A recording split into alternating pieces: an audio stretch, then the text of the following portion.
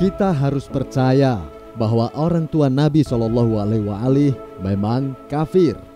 Saya lihat di hadis Sahih Muslim, ayah Nabi SAW masuk neraka. Ayah Rasulullah SAW masuk neraka karena kafir, bukan Islam atau musyrik. Islam tapi juga menyembah berhala. Ayah Nabi Muhammad SAW Abdullah yang berarti hamba Allah. Mohon penjelasan. Sudah sering saya jelaskan ini. Itu hadis Nabi. Kita nggak bisa lagi meragukan masalah itu. Hadis riwayat Imam Muslim. Nabi SAW mengatakan pada seorang sahabat, ayahku dan ayahmu di neraka. Nah, begitu penyampaiannya. Ya sudah, kita terima apa adanya kan. Kita tidak pernah bertemu dengan Nabi SAW, kita tidak pernah bertemu dengan ayahnya Abdullah. Kita nggak tahu. Tapi Nabi SAW wajib kita imani kenabiannya. Dan beliau telah menyampaikan tentang ayahnya. Kalau kita sayang dengan ayah Nabi SAW, Nabi SAW lebih sayang kepada ayahnya daripada kita. Tapi Nabi yang sampaikan itu kan. Sekarang ada orang mengalihkan makna, mengatakan yang dimaksud dengan abi wa abuka finnar dalam hadis Muslim, ayahku dan ayahmu di neraka, itu bukan ayah, maksudnya itu adalah paman. Bagaimana bisa lafadz bahasa Arab jelas ayah diganti dengan paman? Ya, sulit sekali gitu kan. Nggak mungkin ini terjadi. Karena diambil dari perkataan juga bahwasanya Azar bukan ayahnya Ibrahim. Padahal ini pendapat yang syadz, yang ulama-ulama tafsir tidak pegang ini. Ya, itu. Yang dipegangi memang kata ab itu adalah ayah. Di mana-mana begitu. Sudah jelas gitu kan maknanya. Dan ini sama sekali berapa kali saya ulangi, sama sekali tidak mengurangi kedudukan Nabi Muhammad SAW. Sama sekali, beliau tetap mulia, gitu kan? Beliau mulia, para keturunannya yang beriman dengan risalah beliau juga mulia, semuanya mulia. Tapi yang dikatakan dicap kafir oleh beliau ya kafir, kita nggak bisa bilang apa-apa. Memang sudah begitu ya. Hukum syar'inya ini bukan direkayasa dan kita tidak bisa berbicara syariat dengan perasaan, nggak bisa. Hukum Allah ya hukum Allah. Kalau kita mau pakai perasaan, banyak yang kita tolak hukumnya Allah tuh. Memang nggak bisa kan? Kenapa harus ada sholat malam? Kenapa nggak tahajud pagi aja? Loh, Allah maunya begitu, gimana? Nggak bisa sudah, kan gitu. Udah hukumnya Allah Subhanahu Wa Taala. Jadi ada orang yang beriman yang benar gitu. Seringkali Ustadz ini ketika membawakan riwayat yang berkaitan dengan keluarga Rasulullah SAW, ia lebih cenderung kepada yang merendahkan mereka. Adapun sekarang gilirannya kedua orang tua Nabi SAW. Lucunya, Ustadz ini membawakan riwayat, namun ia katakan itu adalah hukum Allah Subhanahu wa Ta'ala.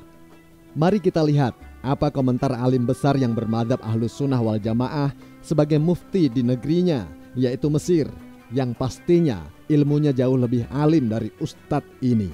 Al-Mutasyaddidun Manhajahum wa Munaqasyatu Ahami Qodoyahum, yang disusun oleh Syekh Ali Jumu'ah, terbitan Darul Maktom, cetakan pertama, tahun 2011 Masehi, halaman 115 dan 116.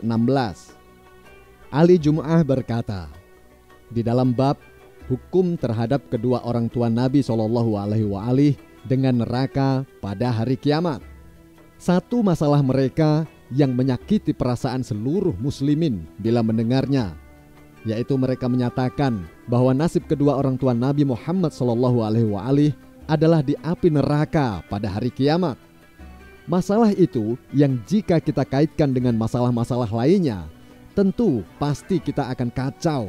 Seakan posisi Nabi SAW di hati mereka tidak sebagaimana yang diinginkan, dan seakan cinta mereka kepada Rasulullah SAW tidak benar. Ketahuilah bahwa para ayah dan kakek atau pendahulu Nabi SAW, jika sebagian mereka pada tampaknya terbukti syirik, sesungguhnya mereka tidak termasuk kaum musyrikin. Demikian dikarenakan tidak seorang rasul pun diutus kepada mereka. Maka Ahlus Sunnah wal Jamaah seluruhnya meyakini bahwa siapa yang jatuh dalam kesyirikan dan mengubah ajaran tauhid di masa fatrah, yaitu kekosongan rasul antara nabi yang satu dan nabi yang lain, tidak terkena siksaan. Banyak dalil atas itu. Di antaranya firman Allah, kami tidak akan menyiksa sebelum kami mengutus seorang rasul. Quran surat Al-Isra ayat 15. Dalam surat 6 ayat 131 Allah Subhanahu wa Ta'ala berfirman, demikianlah para rasul diutus, karena Tuhanmu tidak akan membinasakan suatu negeri secara zalim, sedang penduduknya dalam keadaan lengah atau belum tahu. Begitu pula pada surat 26 ayat 208, Allah Subhanahu wa taala berfirman, "Dan kami tidak akan membinasakan suatu negeri pun, melainkan sesudah ada baginya orang-orang yang memberi peringatan." Quran surat Asy-Syu'ara ayat 208.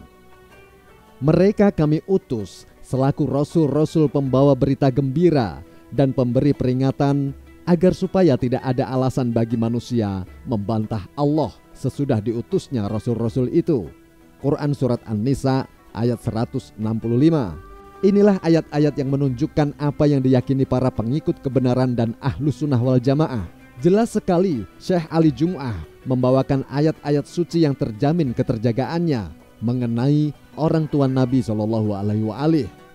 Karena itulah yang dinamakan keyakinan Ahlus Sunnah wal Jamaah. Sekarang mari kita lihat apa komentar imam besarnya Ustadz ini, yakni Ibn Taimiyah.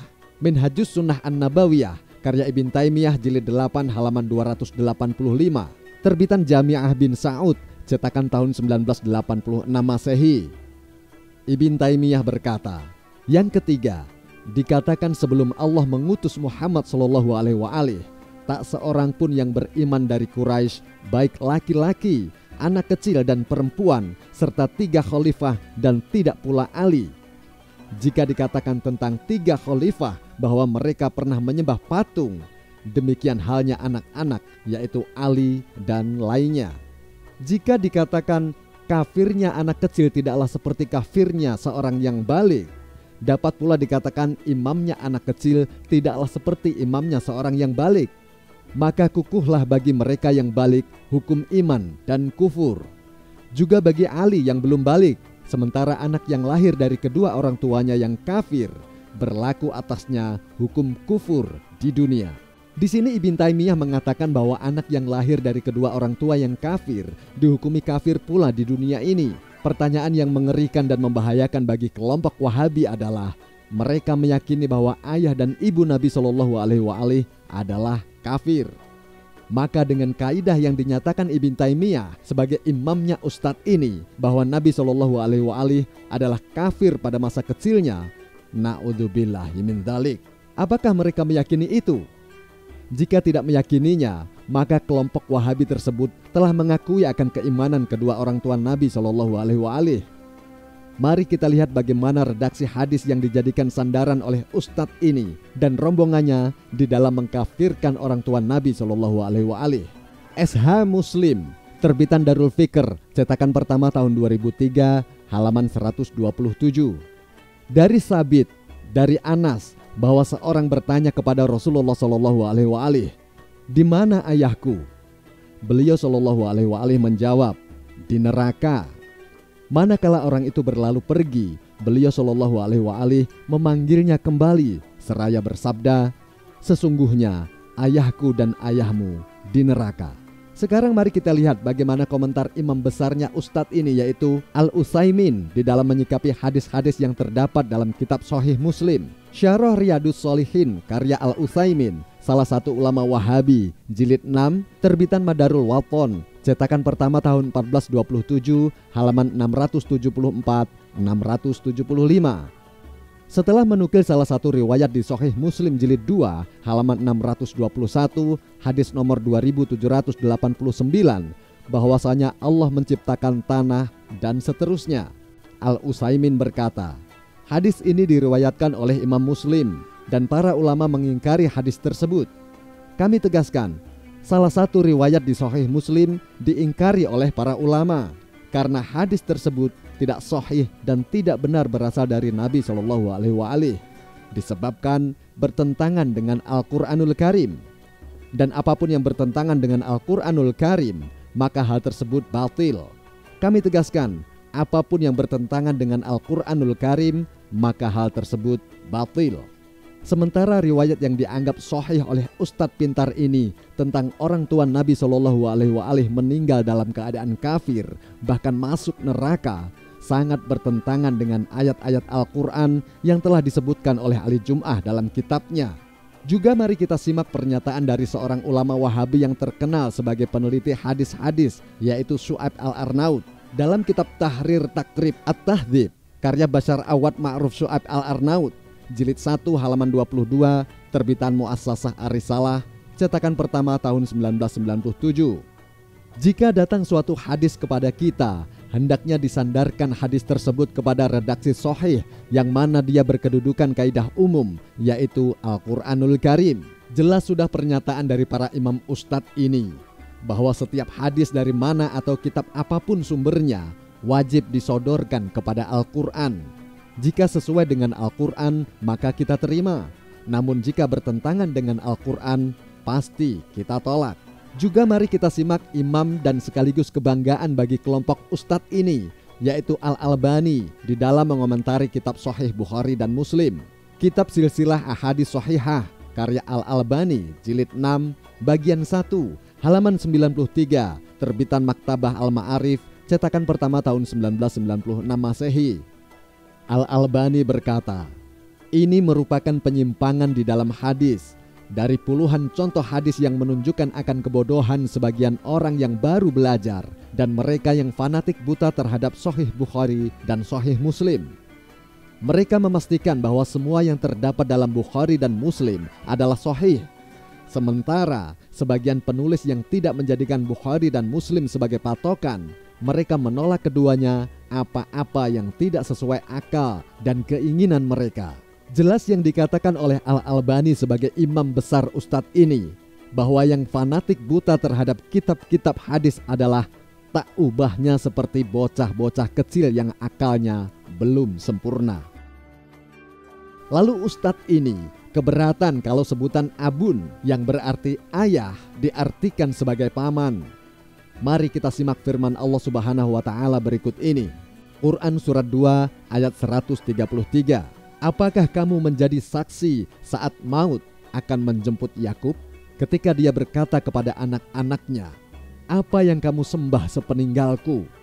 Mereka menjawab, kami akan menyembah Tuhanmu dan Tuhan nenek moyangmu, yaitu Ibrahim, Ismail dan Ishak, yaitu Tuhan yang Maha Esa, dan kami hanya berserah diri kepadanya. Dalam ayat ini, di saat Nabi Yakub alaihissalam menyebutkan nama ayah-ayahnya, diikut sertakan di dalamnya nama Ismail alaihissalam. Sementara kita mengetahui bahwa Ismail alaihissalam bukan merupakan ayah bagi Yakub. Karena itu sebaiknya kita melihat tafsir dari ayat tersebut. Tafsir Tobari jilid kedua, terbitan Hajar, cetakan pertama tahun 2001 halaman 587. At-Tobari berkata, sebagian qiraat membaca wa ilaha abika Ibrahim. Quran surat Al-Baqarah ayat 133. Mengira bahwa Ismail yang adalah paman Yakub tidak boleh menjadi termasuk orang-orang yang disayangi dari para ayah atau pendahulu dan menjadi bagian dari mereka atau para ayah. Hal ini dari pembacanya pun seperti itu. Minimnya pengetahuan akan perkataan yang berlaku di kalangan bangsa Arab, sementara mereka tidak menolak menjadikan paman dalam arti ayah. Sangat jelas komentar At-Tobari bahwa abun yang berarti ayah bisa juga diartikan sebagai amun berarti paman. Dan kami sarankan kepada ustadz ini agar jangan membaca hanya satu riwayat lalu melupakan riwayat-riwayat yang lain, kemudian bebas berdakwah dan mudah mengkafirkan orang tua Nabi SAW dengan dalih hadis sahih. Apa yang akan mereka jawab ketika berjumpa dengan Rasulullah SAW kelak? Sedangkan masih membawa keyakinan bahwa orang tua Rasulullah SAW mati dalam keadaan kafir. Na'udzubillah. Kami sarankan kepada para pemirsa, sebelum ajal menjemput, hendaknya menanamkan keyakinan bahwa kedua orang tua Nabi SAW merupakan orang-orang yang beriman kepada Allah, bukan sebagaimana yang dituduhkan oleh para pembenci keluarga Nabi SAW.